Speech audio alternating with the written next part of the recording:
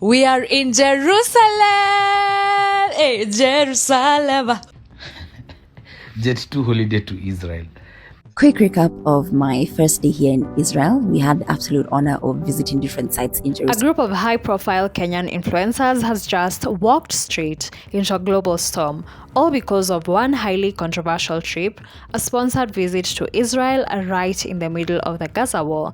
And online, where people are not holding back. Today we break down the drama, the backlash, the shady comments, and the big question everyone is asking: was this a harmless influencer trip or an attempt to polish Israel's global image? So earlier this week, details leaked of a Kenyan influencer delegation quietly jetting off to Israel. The list had familiar names: Kambua, Mwende Masharia, Caleb Karuga, Susan Grace, Mimo Karanja, and Gad William Kiragu Kimani, among others like Kaleche Momo and Evelyn Wanjiru, the gospel artist. The timing, terrible. The optics, even worse. And the online reaction, nuclear.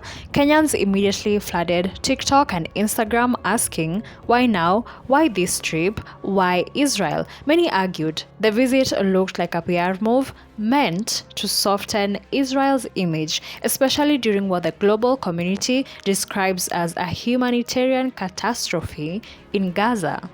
As usual, netizens were ready. One user dropped a line that went viral instantly: the bag, Christian edition. People were mocking the influencers, claiming the trip looked like a money mission in disguise.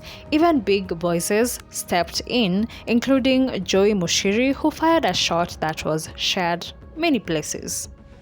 I'm sure by now you've seen what is happening with the influencers who decided to support Israel and Jet 2 holiday to Israel. Unsolicited bad advice to celebrities, musicians, or anyone famous online is this: if you're gonna be sold, if you're gonna sell your soul, rather, sell it for a lot of money. He also went ahead to post a screenshot of the conversation that these influencers who traveled allegedly had with the management that was sponsoring them to Israel. Reportedly, this trip was for free. They were getting free meals and accommodation in exchange of marketing Israel. And he also accompanied it with this caption that read, "So your favorite Kenyan influencers who have gone to Israel to sanitize Israel to their followers are not even being paid." Shaking my head. Yani, you're selling your souls for free flights, a passport stamp, water, food, and accommodation. Jameni. If you're gonna sell your soul, at least come back with a new house or something. The comment section of these influencers, chaos, absolute chaos. This is some of what netizens were saying and influencers alike. I'll read a few. One comment reads, "No Mimo, not it." Another one says, "This is not it, girl. Not all bags need to be chased. Do better." Another one says, "Rent cannot be this due banner. Where is the line? There must be a line." Another one says, "Values as thin as those edges."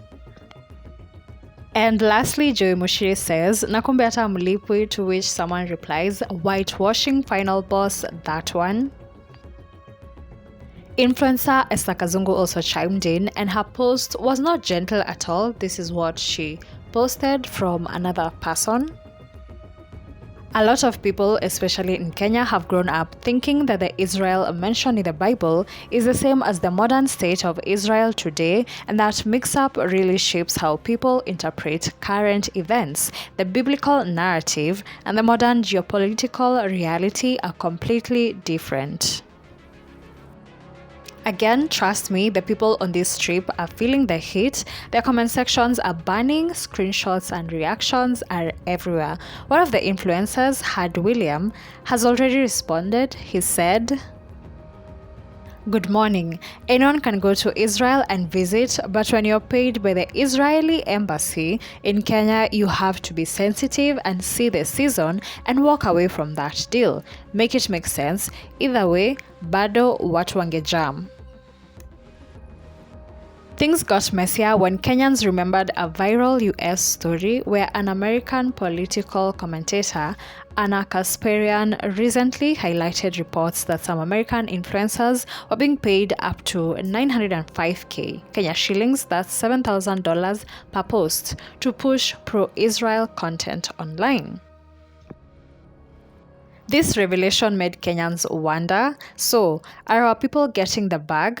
Is this a PR campaign? Is this really just tourism? Speculation skyrocketed.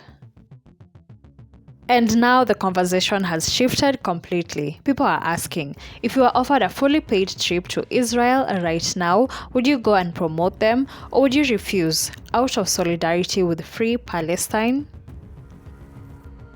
Because at this point, it's no longer about who went, it's about what the trip symbolizes. So, what do you think? Was this just a harmless influencer experience, or was it a strategic PR move at the worst possible time?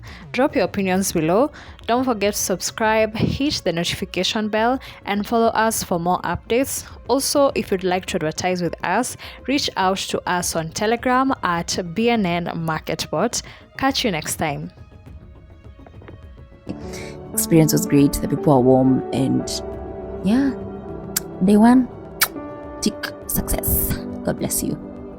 Put a face to Jerusalem, because this is somewhere I've been reading about since Sunday school, and finally I get to see it.